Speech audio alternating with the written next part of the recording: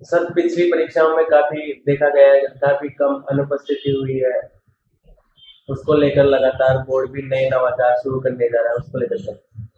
देखिए, जैसा मैंने पहले भी बताया और मैंने ट्वीट भी किया कि जब भी परीक्षा में अनुपस्थिति होती है, यानी कि बच्चे बिना सोचे समझे फॉर्म भर देते हैं या जिम्मेवारी से फॉर्म नहीं भरते हैं, जबकि उनके मन में होता है कि हम शायद एग्जाम देने नहीं आएंगे या शक में रहते हैं और फिर भी फॉर्म भर देते हैं, उससे बहुत बड़ा खामियाजा भुगतना पड़ता है 3 स्तर पर।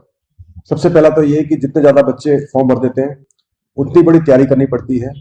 और मान लीजिए कि 33% बच्चे उपस्थित होते हैं, तो 66% यानी कि 2/3 जो स्कूल हैं जिनको हमने बुक कर दिया और यूज कर रहे हैं और यूज नहीं कर पा रहे क्योंकि वहां पर बच्चे नहीं आए हैं, वहां पर पढ़ाई नहीं हो रही है, तो उससे बहुत सारे लाखों बच्चे जो होते हैं वो पढ़ नहीं पाते।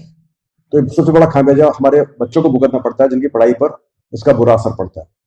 दूसरा होता है कि जब भी परीक्षा बड़े स्तर पर की जाती है, बड़े सेंटर्स पर की जाती है, ज्यादा सेंटर्स पर करनी पड़ती है, तो कई बार हमको प्राइवेट स्कूल भी लेने पड़ते हैं, कई बार हमको स्कूल ब्लॉक स्तर पर जाने पड़ते हैं। तो जब भी हम दूर दराज के स्कूल लेंगे, प्राइवेट स्कूल लेंगे, तो कई बार एक संभावना बनी रहती है पेपर लीक होने की। जब परीक्षा छोटे स्तर पर हो जाएगी, कम सेंटर पर होगी, तो बेस्ट सेंटर, बेस्ट कंट्रोल तरीके से हम परीक्षा करा पाएंगे, तो उससे हमारी जो पेपर लीक की संभावना है, नकल की संभावना कम हो जाती है। और तीसरा है खर्चे का। जब भी परीक्षा कराते हो, इतना सारा पेपर यूज होता है, ट्रांसपोर्ट यूज होता है, कई सारे अरेंजमेंट करने पड़ते हैं, संसाधन का यूज करना पड़ता है, उससे हमारे संसाधन का दुरुपयोग हो जाता है, पैसे का दुरुपयोग हो जाता है। हम उसी जो पैसे खर्च कर रहे हैं उसी से हम दूसरे कार्य भी कर सकते हैं। अभी जो हम रजिस्ट्रेशन लगा रहे हैं, हम जो प्रयास कर रहे हैं कि बच्चे वही फॉर्म भरें जो कि परीक्षा में आएंगे, उस प्रयासी से सिर्फ यदि 20% भी हमारी उपस्थिति में वृद्धि होती है या 20% बच्चे नहीं भरते जो कि फॉर्म नहीं भरना चाहते, सिर्फ उसी से ही लगभग 100 करोड़ रुपए का बचत होगी राज्य सरकार की, वो भी सिर्फ कर्मचारी चयन बोर्ड की परीक्षाओं में।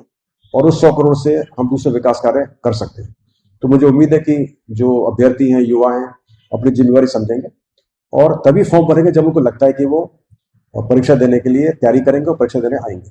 जहां तक सवाल है सेंटर्स का, कि सेंटर्स हम प्रयास करेंगे कि हम जितना हो सके परीक्षाओं को 7 संभागों में कराएं। जब परीक्षा बहुत ही छोटी होगी फिर हम उसको जयपुर, कोटा और अजमेर कराते हैं। जब परीक्षा बड़ी होगी तो हमारा प्रयास रहेगा कि परीक्षा 7 संभागों में हो, ताकि परीक्षार्थियों को दूर न जाना पड़े। और जो बहुत बड़ी परीक्षा जैसे जेल परीक्षा है, जेल प्रहरी परीक्षा है या पटवारी परीक्षा है, उनको हम पूरे 31-33 जिलों में कराएंगे, ताकि हर एक अभ्यर्थी अपने जिले में उसको कर सके। उसके बावजूद भी कुछ अभ्यर्थियों को फिर भी ट्रैवल करना पड़ सकता है, लेकिन बहुत दूर जाना नहीं पड़ेगा। हमारा प्रयास है कि जितना हो सके उनको अपने गृह जिले के में या गृह जिले के आसपास से उनको एकोमोडेट किया जाए।